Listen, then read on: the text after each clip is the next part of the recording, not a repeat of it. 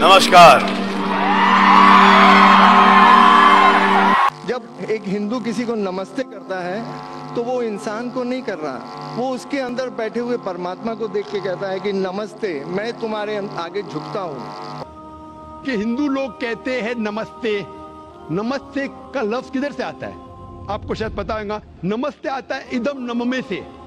इदम नममे मतलब मैं आपके सामने झुकता हूं, मैं आपकी इबादत करता हूं, बराबर। इदम नममे आप कहना चाहते मैं आपके अंदर ईश्वर की इबादत करता हूं। मिसाल के तौर पे वो आदमी चोर है, वो गलत काम कर रहा है, बलात्कार कर रहा है, आप उसको ईश्वर बोलेंगे? आप ईश्वर को इतना घटिया समझ गए? वो बलात्कार करने वाले इंसान को बोलते आप ईश्वर है। इससे भाईचारगी बढ़ेगी नहीं घटेगी। वो बलात्कार करने वाले को, वो चोर को, वो डाकू को मैं ईश्वर मान रहा हूं, उसके सामने झुक रहा हूं। अल्लाह को क्यों गाली दे रहे? ईश्वर को क्यों गाली दे रहे? खुदा को क्यों गाली दे रहे? इस्लाम में, इस्लाम की भी आपने मिसाल दी, इस्लाम में हम कहते अस्सलामु अलैकुम। अल्लाह ताला से फरमाते इस इंसान पे सलामती दे। चाहे वो अच्छा इंसान है तो भी सलामती देने की बात अच्छी है, चाहे वो चोर या डाकू हो। मैं बोलूंगा अस्सलामु अलैकुम। मैं कह रहा हूं या अल्लाह, या रब, या खुदा, या ईश्वर, या भगवान, इस डाकू पे रहमत फरमा। कुछ बुरी बात है ना? मैं अल्लाह को गाली दे रहा हूं, उसके लिए दुआ दे रहा हूं कि तू गलत काम छोड़ और सही रास्ते पे आ। अगर मैं उसको खुदा मानूंगा तो खुश हो जाएगा, वो और चोरी करेगा, वो और बलात्कार करेगा। कोई भी धर्म में ही नहीं सिखाता। ये धर्म के मानने वाले अपनी खुद की इजाद करते हैं, इसे कहते हैं इनोवेशन, बिदात। जिस तरीके से खुदा ने सिखाया है कि उसकी इबादत करें, उसी तरीके से हमें करना चाहिए। तब्दीली लाएंगे, हम समझ रहे हैं कि भाईचारा बढ़ेगा। भाईचारा नहीं बढ़ेगा, भाईचारा घटेगा। आपने मुझे शुरुआत में नमस्ते कहा। नमस्ते, नमस्ते के क्या मानी है भाई साहब, आप बोल सकते हैं? नहीं पता क्या मानी है? माइक्रोफोन ऑन कीजिए जरा भाई साहब का।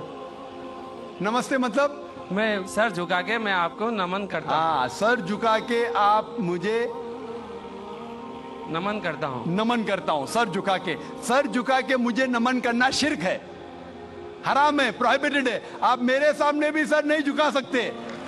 चाहे आप मुझसे मोहब्बत करते हैं, चाहे आप मेरी इज्जत करते हैं, फिर भी आप मेरे सामने सर नहीं झुका सकते। सर झुकाना चाहिए तो सिर्फ खुदा के सामने, अल्लाह के सामने, और मैं खुदा नहीं हूं।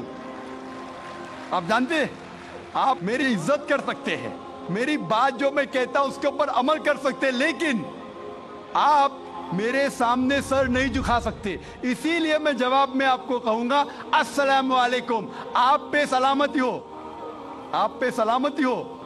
आप समझे ना? मैं आपके सामने झुक नहीं सकता हूं। ये सिर झुकेगा तो सिर्फ अल्लाह के सामने, सिर्फ खुदा के सामने।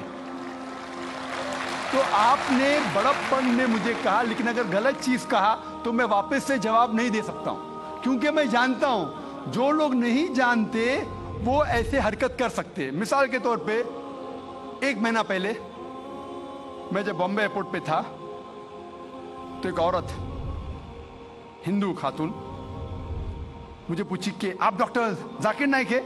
आयु डॉक्टर जाकिर नाइक? मैंने कहा जी हाँ। ओ, मैं आपका रोज प्रोग्राम देखती हूँ। मैं दुबई से 25 साल के बाद बंबई में आ रही हूँ, 25 साल के बाद हिंदुस्तान में आ रही हूँ। उसकी सिर पे टिका था, हिंदू औरत थी।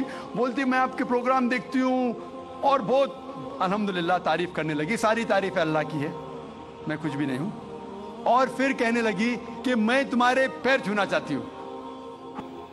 मैंने कहा कि ये गलत है, शिर्क है। तो बोले क्यों?